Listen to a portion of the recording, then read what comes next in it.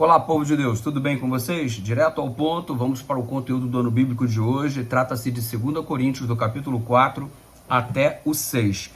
Do capítulo 4 eu separei o versículo 7 em diante, onde Paulo fala de algo que precisamos de fato nos conscientizar.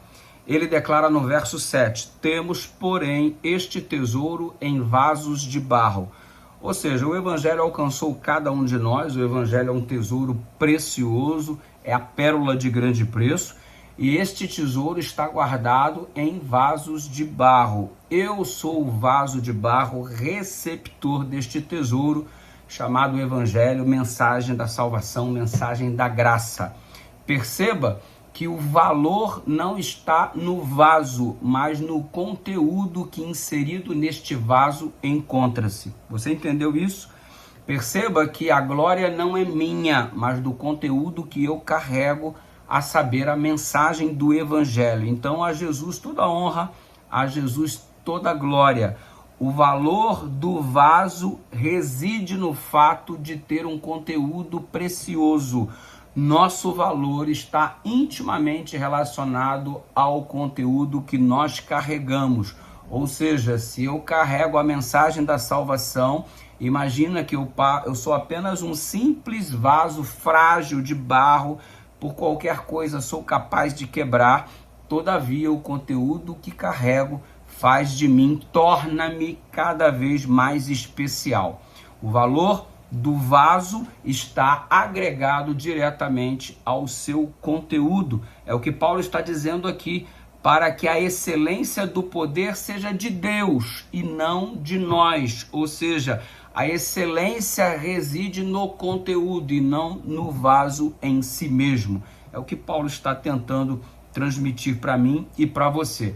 E obviamente, por termos este conteúdo chamado Evangelho, mensagem da graça para levar a todo mundo em nossa geração, certamente no contexto do grande conflito, o inimigo faria de tudo para nos quebrar. O inimigo faria de tudo para que não pudéssemos expor ao mundo o conteúdo que carregamos. E por isso, nós seríamos atribulados, ficaríamos perplexos, seríamos perseguidos e estaríamos até, de certa forma, abatidos. E Paulo concorda com isso. Mas o que ele não concorda é que estamos sozinhos neste processo de sofrimento. Por isso, na sequência do verso 8 em diante, ele diz assim: em tudo somos atribulados, ou seja, todos nós somos atribulados, todavia não angustiados.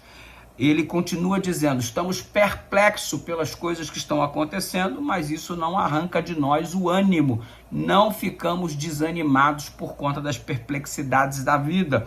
E Paulo continua na sua narrativa, somos perseguidos, e tudo isso você sabe, por causa do conteúdo que nós carregamos.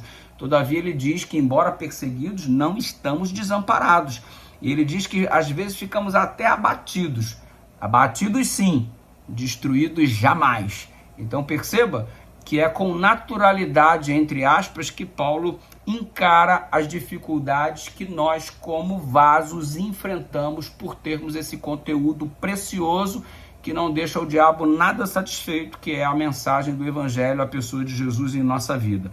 Então, meu amigo, você pode estar atribulado, mas lembre-se, não há motivo para se angustiar. Você pode até ficar perplexo, mas não há motivo para desanimar. Você pode até ser perseguido, mas nunca se sinta desamparado. Abatido, talvez, mas destruído, jamais. Isso aqui é muito legal, essa declaração do apóstolo Paulo. Aí você segue adiante e chega no capítulo, nos versículos posteriores, né? E é dito que nós temos a nossa casa terrestre. E agora eu venho contigo para o capítulo 5. Aí você vai ter agora uma noção de tabernáculo, de edifício, de estar nu e estar fora do corpo. Nossa, pastor, que loucura esse capítulo 5. Pois é, se o capítulo 5 não for bem entendido, haverá um subsídio para se fazer muitas declarações estranhas ao contexto geral das Escrituras Sagradas, desarmonizando assim com um conceito especialmente relacionado à mortalidade da alma, especialmente porque Paulo está falando em alguma coisa dele estar no céu fora do corpo.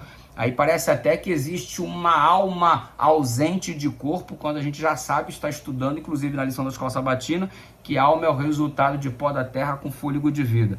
E qual é a conclusão do capítulo 5? Examine o contexto para entender o seguinte. Logo no verso 1 e 2, você entende, porque sabemos que a nossa casa terrestre deste tabernáculo se desfizer, temos de Deus um edifício, uma casa não feita por mãos eternas no céu. Observe, o tabernáculo era algo temporário, correto? Paulo está comparando o tabernáculo ao seu corpo. Ou seja, este corpo é um tabernáculo, este corpo é temporário, não é o mesmo Paulo que um pouco mais adiante vai dizer que nós vamos ser transformados no abrir e fechar de olhos. Todos nós, com este corpo corruptível, seremos revestidos de incorruptibilidade.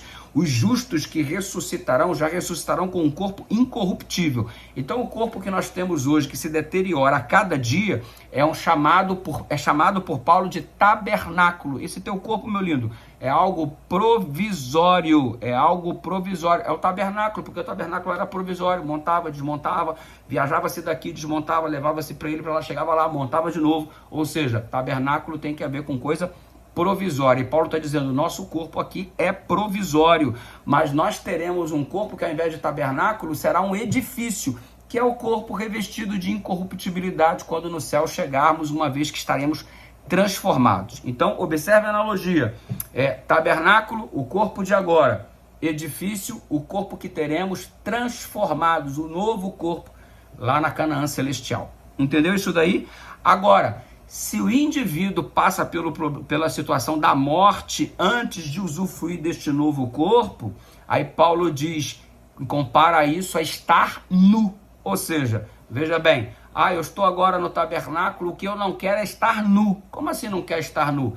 É porque ele entende que quando ele vai estar nu, é a analogia que ele utiliza para caracterizar a morte. Eu não quero estar nu, ou seja, eu não quero morrer, eu quero estar num novo corpo sem passar pela morte. Obviamente, Paulo não teve esse privilégio, e talvez privilégio que nós tenhamos, porque é possível vermos Jesus em nossa geração, coisa que Paulo não alcançou.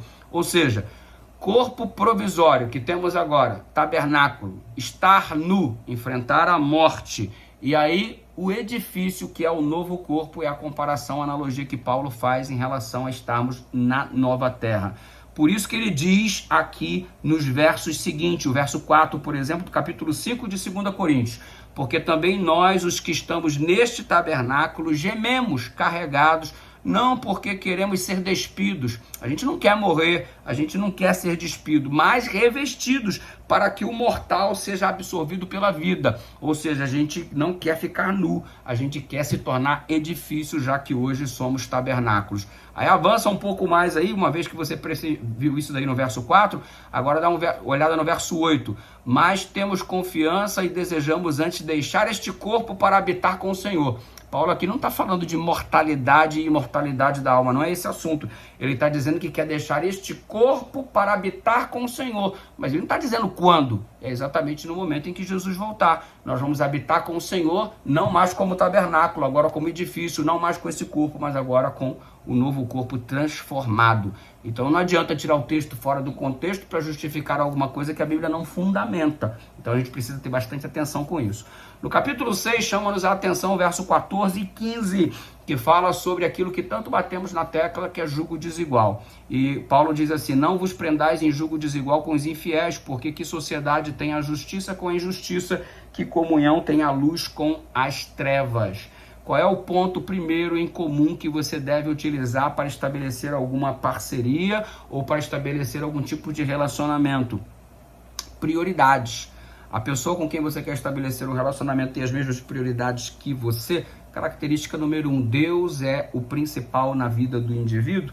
Então, meu amigo, minha amiga, então é o seguinte, Paulo está dizendo que se Deus não for o principal na vida da pessoa, você pode tentar o quanto for, você vai estar dando murro em ponta de faca.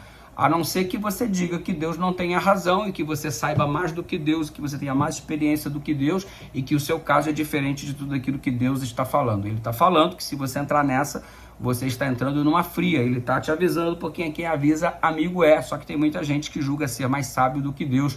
e quer se enveredar por um caminho que Deus orientou que não seria legal. E nem adianta você vir com aquele papo de eu queria orar para que o Deus abençoasse o meu relacionamento. Como é que Deus vai abençoar um negócio que ele mesmo proibiu? É um negócio a se pensar, né?